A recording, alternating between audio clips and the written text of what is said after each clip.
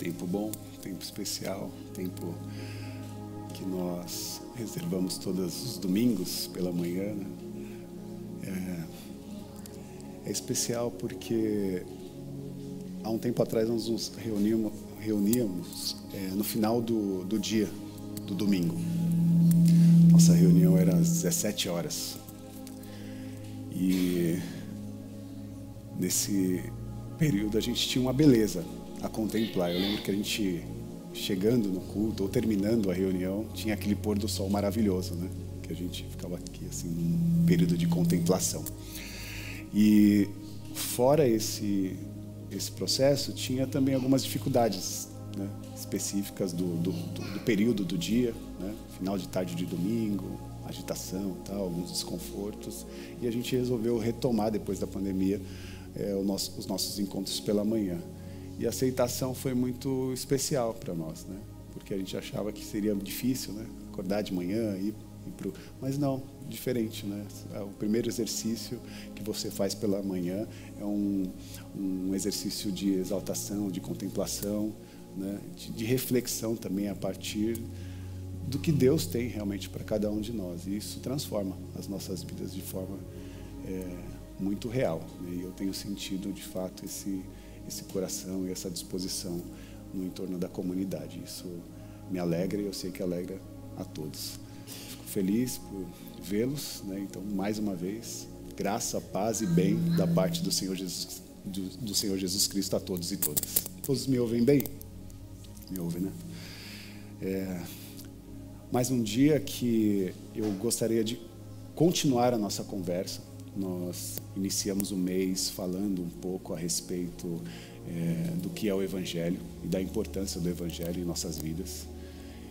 Mas para saber a respeito disso, a gente precisa construir uma jornada de conhecimento, né? Não dá para a gente falar que é cristão sem compreender o que significa ser cristão. Não dá para a gente falar que a gente é evangélico sem saber o que significa ser evangélico. Então, eu decidi falar durante esse mês a respeito do que é o Evangelho. Ou que tipo de Evangelho nós estamos falando, que tipo de Evangelho nós estamos praticando em nossa espiritualidade, em nosso cotidiano. Então, há de fato um desejo de fazer com que essa expressão seja compreendida antes mesmo da gente conseguir desenvolver aquilo que nós estamos propondo, né? Não dá para você se relacionar com uma pessoa que você não conhece. Então, quando nós estamos dizendo que somos cristãos, nós precisamos primeiro conhecer quem é o Cristo, né? Porque seria um absurdo você se relacionar, se abrir para uma pessoa sem você, de fato, conhecê-la. E essa é a nossa missão nesses dias. Hoje é o último domingo do mês, né? E eu quero encerrar essa reflexão fazendo um contraponto de tudo que nós conversamos e algumas também provocações que são importantes para nós. Então, eu queria que você abrisse a sua Bíblia no livro de Romanos. É uma carta escrita pelo apóstolo Paulo, que está no Novo Testamento. E essa carta ela foi destinada à igreja de Roma. Então, Romanos, capítulo 2. Nós vamos ler a partir do versículo 1.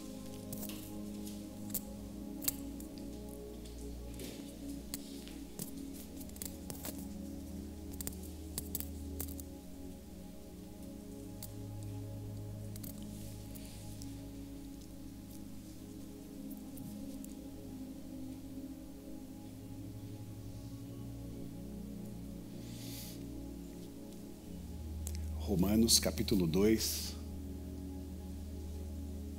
Vamos ler a partir do 1º versículo. E é importante. O texto que eu vou ler está na versão do Eugene Peterson, que é a versão da Bíblia A Mensagem. Então, com certeza, quando eu estiver lendo, e você lendo o seu texto, você vai notar uma diferença, porque ele fala numa linguagem muito mais atual, mais contemporânea. Então, se você se confundir na leitura, preste atenção nessa tradução que eu vou ler, tá bom? Então, eu vou iniciar ali. Romanos 2, verso 1, diz assim: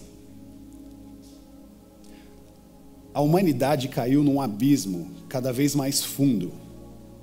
Mas se você pensa que está em nível mais elevado de onde pode apontar o dedo para os outros, esqueça. Cada vez que você critica alguém, está se condenando. Se você é tão errado quanto quem você critica, criticar os outros é uma forma bem conhecida de ignorar os próprios crimes e erros. Mas Deus não é enganado tão facilmente. Ele vê através da cortina de fumaça e o responsabiliza pelo que você faz. Versículo 3. Ou você acha que conseguiria distrair a atenção de Deus dos seus erros, apontando o dedo para os outros erros, ou para o erro dos outros? Ou que, por ser um Deus bondoso, Ele o deixaria livre das suas obrigações? É melhor pensar direito. Desde o princípio, Deus é bom, mas não é bobo. Por sua bondade, Ele nos toma pela mão e nos conduz a uma mudança radical de vida. Gostaram dessa versão? Bem clara? Oremos. Consagre o seu coração e mente ao Senhor nesse momento. Feche os seus olhos. Peça para que o Senhor fale contigo. Senhor, meu Deus e meu Pai, nós te louvamos, exaltamos o seu nome. Queremos agradecer por tudo que o Senhor tem feito aqui nessa manhã. Agradecemos pelos encontros e reencontros. Agradecemos pela oportunidade dos afetos. Por isso, Pai, mais do que esse encontro, queremos ouvi-lo, queremos compreendê-lo. Usa, Senhor, as nossas vidas. Que não sejamos nós, mas o próprio Espírito de Deus falando conosco e através de nós. Usa as nossas vidas no ouvir e no falar. Esse é o nosso pedido, com agradecimento em nome do Senhor Jesus. Amém. Amém.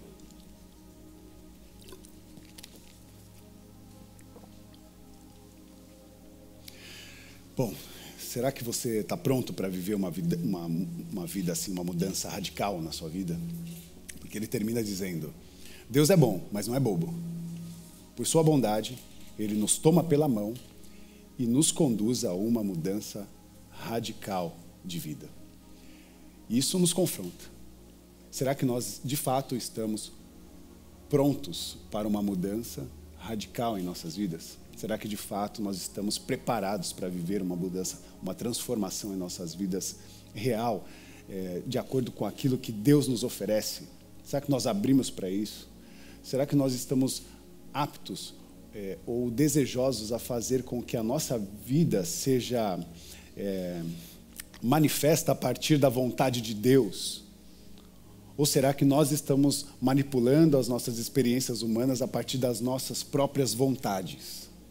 Será que eu e você, será que estamos dispostos a colocar o nosso exercício, o nosso movimento no mundo a partir da manifestação do amor de Deus, ou daquilo que compreendemos que é amor, que nós construímos e achamos que é um tipo de amor, mas é um amor manipulado a partir dos nossos interesses, das nossas vontades?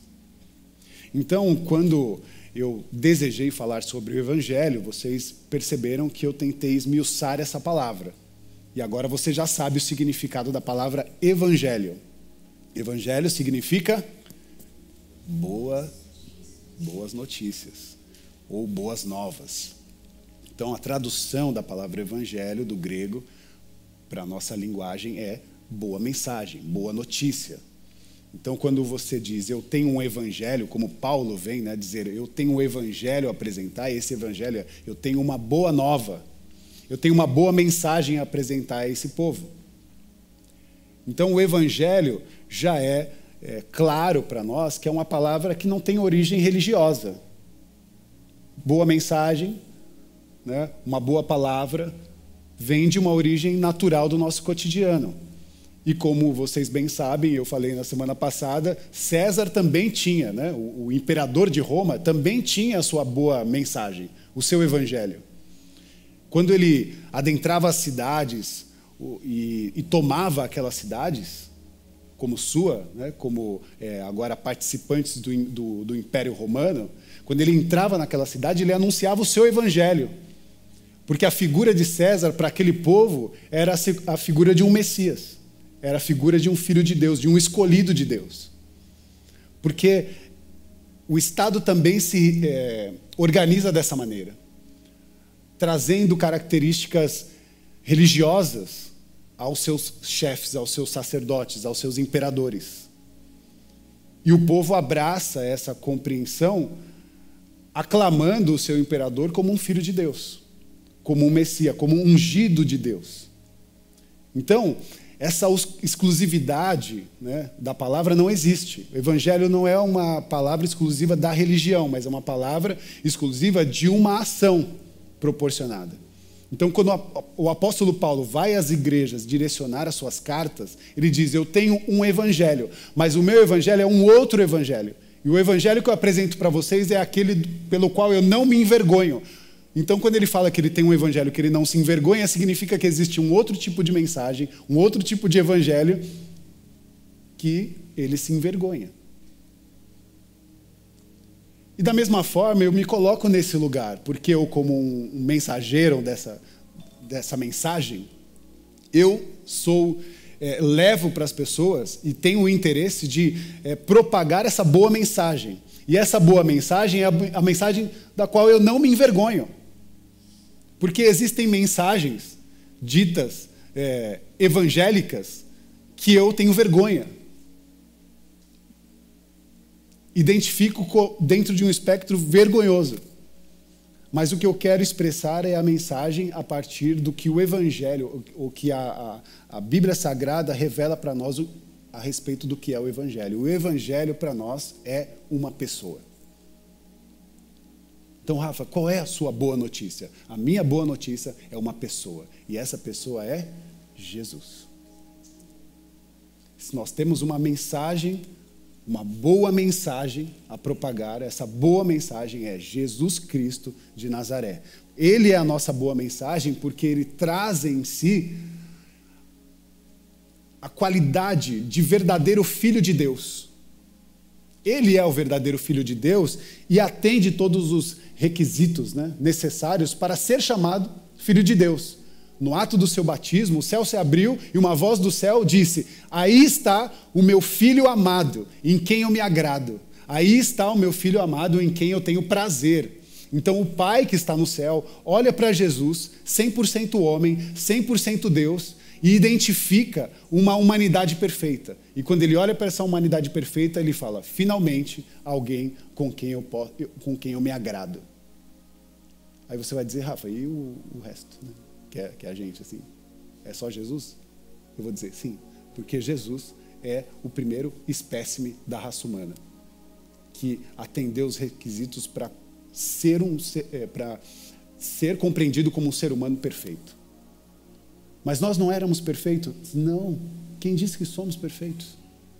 Mas, Rafa, Deus criou o ser humano, Adão, né, naquele processo de criação, um ser humano completo. Ele não estava completo? Eu digo para você, ele não estava completo. E por que ele não estava completo? Porque ele teve direito de escolha. E esse direito de escolha o colocou no cenário da árvore do conhecimento do bem e do mal e da árvore da vida. Nós encerramos a nossa reflexão falando sobre esse cenário. Agora, Adão está diante dessas duas árvores. E Deus dá uma determinação. Fique ligado na árvore da vida. Mas ele desobedeceu. Guarde essa palavra. Ele desobedeceu a Deus. E ele comeu do fruto da árvore do conhecimento do bem e do mal. Quando ele come do fruto da árvore do conhecimento do bem e do mal, ele se torna autônomo. E agora ele diz: eu não preciso de Deus, porque eu tenho agora a compreensão de todas as coisas. E eu tenho a capacidade de gerir, manipular, transformar aquilo que está diante de mim. Eu não preciso de Deus. Então, Quando nós falamos de pecado, pecado não é essas coisas que a gente fica tentando apontar o dedo para as pessoas, falando o que ela fez, o que ela deixou de fazer. Pecado mesmo é uma pessoa distante de Deus. Pecado de verdade é uma pessoa que não acredita em Deus. Pecado de verdade é uma pessoa que diz: eu não preciso de Deus. Eu sozinha vou fazer e organizar o mundo a partir da minha própria consciência. Pecado é um ego absoluto. Um ego absoluto é um ser humano bestial. Você já se relacionou com uma pessoa que só fala de si? É tudo para mim, tudo precisa terminar em mim, para o meu desejo, para a minha vontade, para me satisfazer. Um ego absoluto é bestial. Por isso, para mim também, demônio não é aquele cara que fica, aquela humanidade fica babando, se contorcendo. Demônio é uma pessoa que fala eu. Isso é uma pessoa endemoninhada. Uma pessoa que só fala de si e só quer as coisas para si. Porque ela perdeu a característica de um ser coletivo. E ela só individualiza as experiências na sua humanidade. E isso é muito perigoso. Por isso eu falo da beleza dos nossos encontros. Porque a comunidade é a expressão divina. Deus Pai, Filho e Espírito Santo. Que é uma pessoa. Mas não é uma pessoa no sentido que eles são um corpo só. Eu estou dizendo que ele é um ser coletivo. E quando ele cria a sua imagem e semelhança, ele cria um ser coletivo. E nós somos parte dessa coletividade divina. Então, quando nós nos encontramos para esse ambiente de relação, nós estamos respondendo para Deus aquilo que Ele sempre desejou. Esse é o movimento. Por isso, identificamos no Evangelho a compreensão de que esse Jesus é o verdadeiro Filho de Deus, porque nós não teríamos outrora a compreensão do que é um ser humano completo. E só vamos compreender o que é um ser humano completo quando olharmos para Jesus e ver um ser humano 100% obediente. Se nós tínhamos um primeiro Adão que era desobediente, que desobedeceu a Deus, agora nós temos um Jesus, perfeito homem, perfeito Deus, que corresponde todos os anseios e desejos do Pai. Ele está em obediência a uma mentalidade, manifestação divina. E é o que nós deveríamos fazer. Proporcionar a Deus a sua santa vontade. Porque a vontade de Deus ela é boa, perfeita e agradável. Não há outros ciclos. Por isso a gente fala, mas eu vou fazer a vontade de Deus. Para muita gente, Deus é um estraga-prazer, né? Porque sempre que a gente quer fazer alguma coisa, será? Não vou nem orar para desejar essas coisas aqui, porque acha que Deus vai falar, não, você não vai mexer aí, não. Não, Deus não é um estraga-prazer. Na verdade, Ele é um organizador dos nossos prazeres. E Ele vai, de fato, nos colocar num caminho em que nós, de fato, venhamos a experimentar o que é bom, o que é perfeito e o que é agradável. Então, é dentro desse conjunto de experiência, de ideias que nós queremos, de fato, fazer com que a nossa humanidade seja transformada. Porque é em Jesus que nós vemos um ser humano perfeito, um ser humano completo, né? Um ser humano de verdade. E aí voltamos para nós, para o espelho. Quem somos nós? Quem é você? Quem sou eu? Somos filho do primeiro Adão. Nós somos resultado da primeira geração humana. Por isso que a Bíblia diz que todos pecaram, porque nós somos frutos de um pecado original. E esse pecado tomou a nossa existência. E nós construímos a nossa humanidade a partir desse choque geracional. Nós somos fruto do pecado, nós somos seres imperfeitos. E por que não dizer que somos seres inacabados? Porque nós não deixamos Deus completar a sua obra. E dentro dessa imperfeição, nós nos encontramos carentes de Deus também. Há uma carência.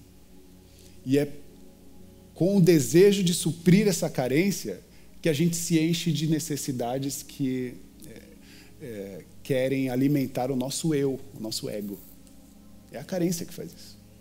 E a gente está manipulando as pessoas, seres, para se transformar em certos produtos para alimentar o nosso corpo, o nosso ego, os nossos prazeres. E isso é cruel, porque nós comemos dessa árvore do conhecimento e decidimos ser autônomos, né? Rejeitando, de fato, a partilha com a eternidade, ou com o ser eterno. E aí, é desconfortante, porque, poxa, nós somos, então, seres inacabados? Seres caídos, né? Será que somos dentro dessa ótica? Por exemplo,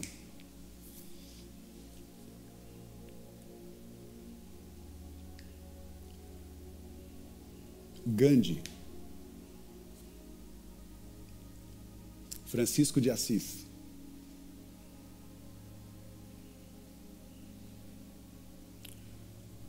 Guilherme de Pádua, Suzanne Richthofen. Essas pessoas são da mesma raiz? Uma pergunta.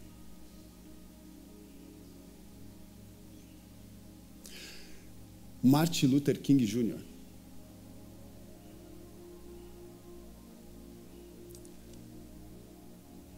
Nelson Mandela. Hitler. Essas pessoas são da mesma árvore e da mesma raiz? O que é que aconteceu com essas humanidades?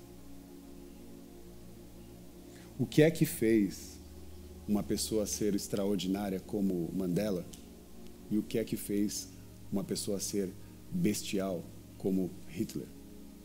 Ou como o assassino Guilherme de Pádua, que está na... né? O que é que aconteceu com essas humanidades? É sobre isso que nós estamos falando. Nós somos da mesma origem. E por que eu estou tentando construir essa narrativa? Porque tem uma corrente filosófica que vai mostrar para nós que nós somos nós somos frágeis. Teve uma pessoa que fez uma oração para Deus. Acho que eu até já falei sobre essa oração. Alguém disse para Deus: Deus, por que o Senhor não acaba com a maldade do mundo? Por que o Senhor não acaba de uma vez com a maldade do mundo? Por que o Senhor não elimina todas as humanidades ruins do mundo? E Deus respondeu: talvez se eu fizer isso, você esteja incluído. E eu não decidi eliminar as pessoas, mas eu decidi amar. Então o critério de relação com Deus não é de eliminação, é um critério de amor. E ele decidiu sustentar em si todas as coisas. E isso inclui gente como eu e como você.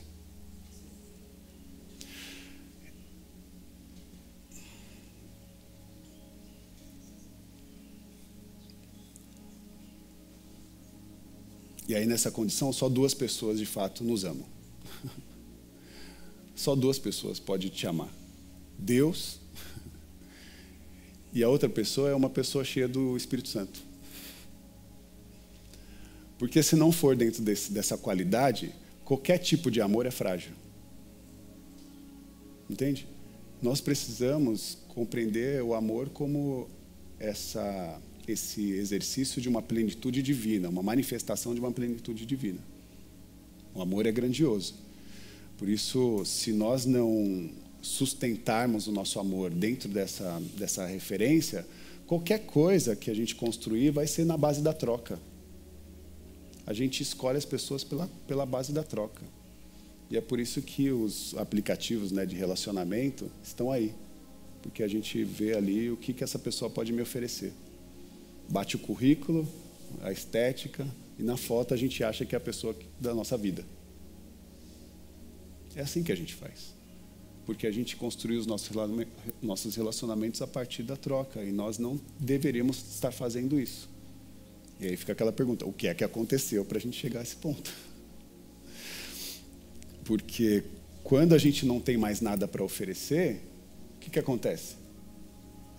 A gente troca, né? Ou a gente deixa de ser amado. Então, que Deus nos livre dessas condições.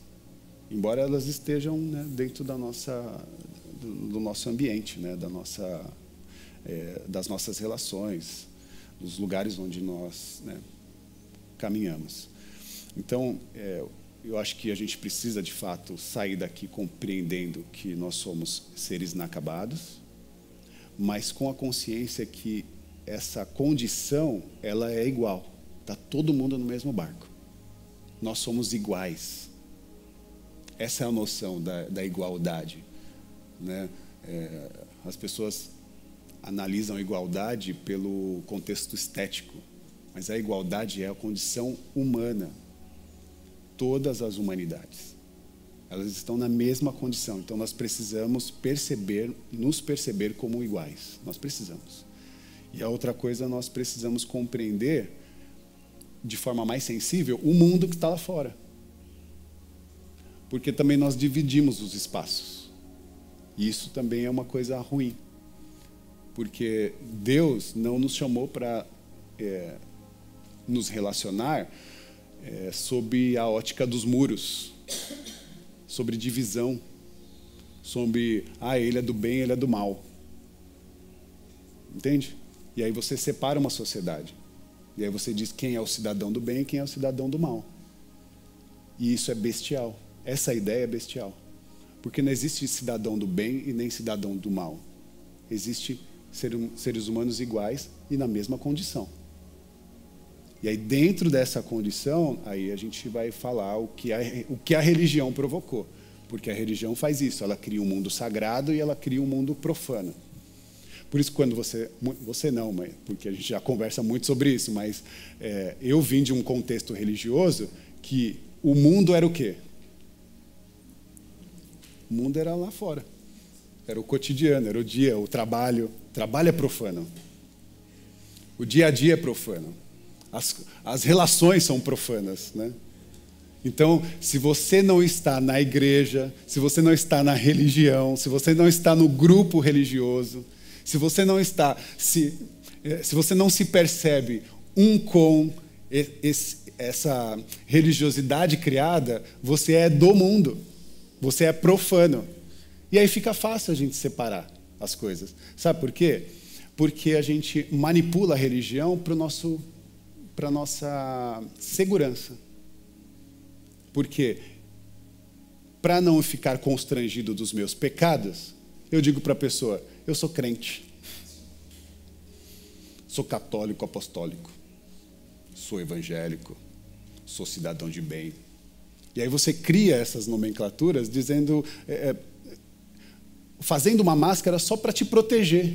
Porque, na verdade, você não é nada disso, você é profano. E desculpe, eu estou dizendo que tudo é profano. Tudo é profano. Rafa, mas o que é santo, então? Santo é tudo aquilo que porta a manifestação de Deus. É tudo aquilo que se permite para a manifestação de Deus, para a manifestação do divino. Aí sim a santidade se manifesta. E é por isso que Jesus é a referência máxima dessa atuação. Ele é o ator máximo, porque é ele que se apresenta diante do universo dizendo, eu sou 100% Deus, tenho poder sobre todas as coisas, mas não vou manipular o poder para organizar o mundo. Pelo contrário, eu vou me esvaziar de todo o poder e demonstrar amor entregando a minha vida para aqueles que não eram merecedores dessa vida. Quem? Os profanos, que somos nós. E ele se entrega e morre por nós. E quando a gente recebe essa graça de Deus, e aí ontem eu estava conversando na mesa com os meus familiares e eu estava dizendo que um vizinho passou e chamou o filho dele de desgraçado. Isso, nossa, me machuca. Até quando eu falo, me mexe muito, porque Acho que o pior palavrão, eu falei sobre palavrão, né, uns tempo atrás. O pior palavrão é você chamar uma pessoa de desgraçada. Porque um desgraçado é uma pessoa sem a graça de Deus.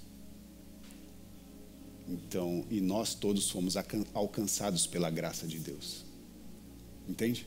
Então, essa manifestação, ela precisa ser compreendida. Nós temos que ter um olhar sensível ao mundo.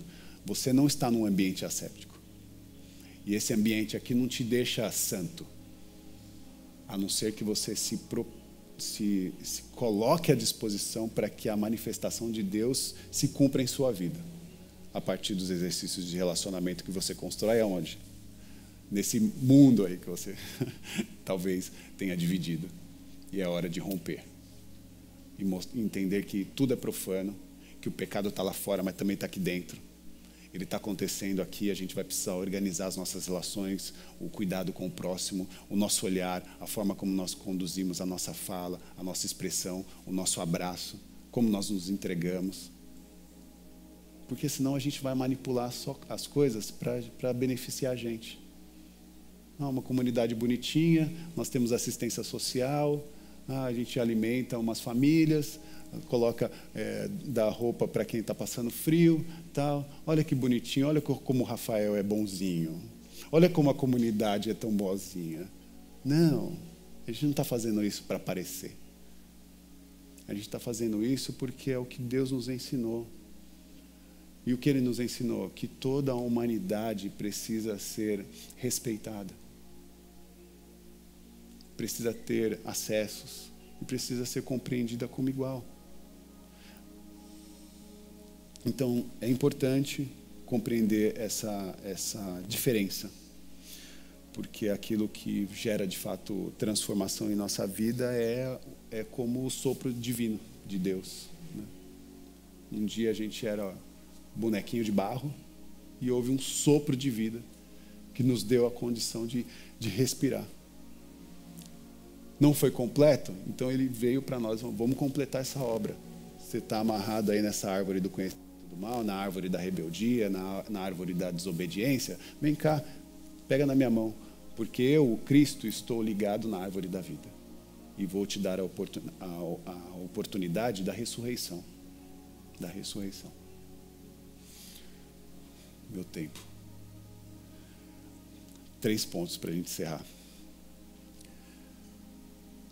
Primeira coisa que a gente precisa sair daqui compreendendo e pelo menos refletindo, compreendendo que a gente não se conhece.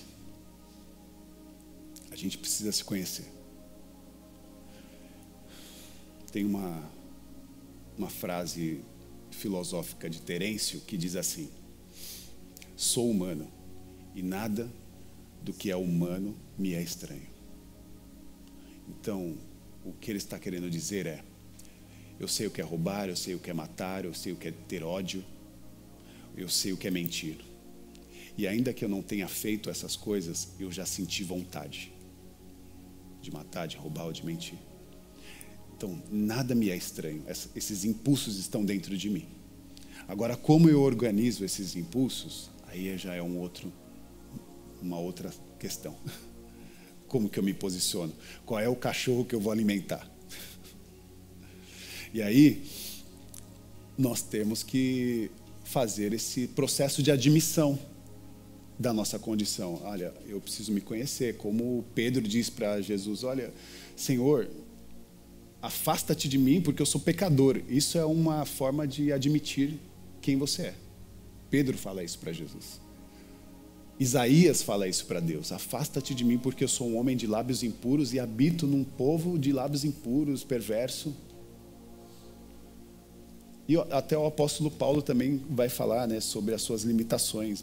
Miserável homem que sou, quem me livrará dessa condição?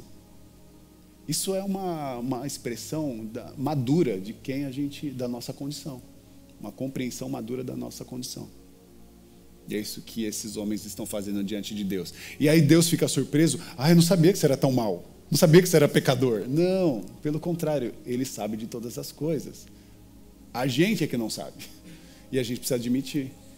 E nesse processo de admissão, Deus não se afasta. Pelo contrário, Ele nos abraça, Ele nos acolhe. Ele fala, então vinde a mim, porque eu te tirarei. Eu tenho a possibilidade de te tirar desse lamaçal, dessa condição, dessa alienação de você mesmo.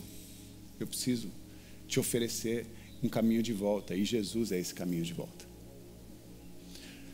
Você não se conhece, precisa se conhecer e corresponder a isso. Dizer, compreender isso. A segunda coisa é que você, por não conhecer a Deus, precisa se colocar à disposição de conhecê-lo. Conhecer a Deus é perceber que quando Deus olha para nós na condição do pecado, Ele não nos maltrata, não nos rejeita, não nos pune, mas Ele nos ama, porque Ele é bom, Ele é generoso, Ele tem um abraço que abraça todo mundo.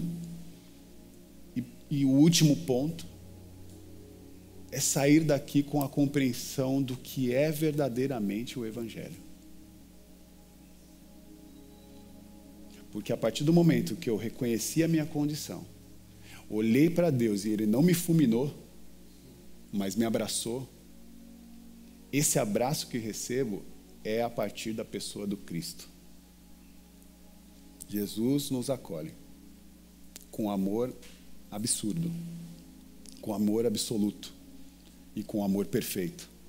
E Ele nos resgata para o caminho de volta, nos dá a oportunidade de reencontro com a nossa humanidade. E respeitando a nossa humanidade, a gente vai conseguir respeitar as outras humanidades. Então, que Deus nos ajude nesse caminho. Que Deus nos cubra de sabedoria, de humildade, de respeito para com o próximo, sensibilidade no olhar, nas nossas relações, não só no olhar, mas na fala, na forma como nós construímos os nossos laços de afeto, de respeito. Chega de ser bruto, ou de ser brutal. Chega de discursos de morte, porque Deus quer atribuir para nós a sua própria consciência. A consciência de Deus no nosso coração é a gente gerar um movimento de vida. Entende? Então é isso que é importante. Ser pessoas encharcadas de vida, e de vida abundante, vida eterna, vida de Deus em nós. O Evangelho é esse mergulho. É o mergulho de Deus na humanidade. E Jesus, humano, mergulha da humanidade na morte. Só que a morte não consegue reter, porque Ele não comeu da árvore do conhecimento do bem e do mal. Ele comeu da árvore da vida. E aí Ele sai da morte e mergulha na ressurreição. E quando Ele está na ressurreição, Ele diz: venham todos, porque eu vou instruir o caminho de volta. Vinde a mim, todos aqueles que estão cansados e sobrecarregados, porque eu lhe trarei alívio. Que Deus nos abençoe. Vamos orar. Eu quero que você fique de pé.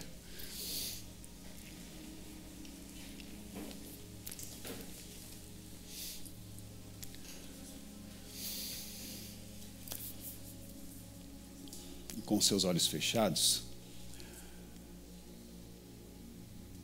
você se veja, porque agora, mais do que nunca, diante de Deus, estamos diante de um espelho constrangedor, porque sempre que a gente olha para o espelho, a gente se constrange de alguma maneira, de alguma forma. E agora o constrangimento é da nossa condição, porque a que ponto chegamos? Mas constrangidos, Deus está dizendo: eu te amo, não se preocupe, porque eu lhe dou uma nova oportunidade. Existe uma nova maneira de ser gente. Existe um novo jeito de ser humano. E você pode ter essa humanidade compreendida, percebida, a partir da sua presença no mundo e dos seus afetos. Por isso, Senhor, nos ajuda. Nos traz, Senhor, essa possibilidade de de renovo, de transformação, de graça.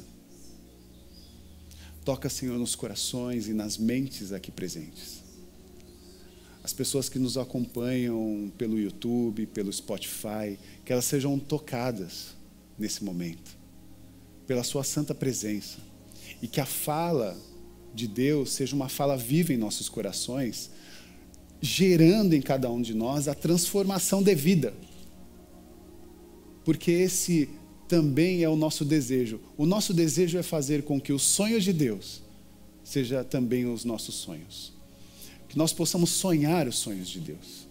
Que nós possamos sermos todos participantes dessa manifestação de amor no mundo, no cotidiano, na vida que Deus dá. Cura, Senhor, as pessoas que estão feridas, aqueles que estão machucados, que não somente no corpo, mas as pessoas que estão com uma ferida na alma, no coração, com uma memória que oprime, que machuca, que aprisiona. Se você é uma dessas pessoas que vive um trauma, uma dor, saiba que o Senhor te acolhe agora, te abraça e te abençoa, porque Ele te ama, e esse abraço é um amor restaurador. Restaura, Senhor, essa mãe. Acolhe, Senhor, em seu seio e nutre, Senhor, com todo o rigor que lhe é devido. Encontra no Senhor nessa esfera de expressão eterna, para que o amor da eternidade seja expresso em todas as nossas relações. Nós queremos ser de fato uma expressão da Tua graça. Em nome de Jesus. Em nome de Jesus. Amém, amém. Levante suas mãos aos céus. Que o amor de Deus, que a graça do Senhor Jesus Cristo, que a manifestação do Consolador, o Espírito Santo de Deus, esteja sobre a vida de todas e todos. Sejam abençoados em nome do Pai, do Filho e do Espírito Santo, com todas as sortes de bênçãos espirituais. Que você saia daqui sendo uma nova humanidade de Deus, sendo uma amostra grátis para o mundo da beleza, da santidade do nosso Criador. O amor de Deus encharca as nossas vidas. E nós queremos levar adiante esse amor absoluto, esse grandioso amor, em todo lugar que nós colocarmos a planta dos nossos pés. Que haja a manifestação do Teu reino. Que Deus nos abençoe. Amém, amém, amém. Glória a Deus.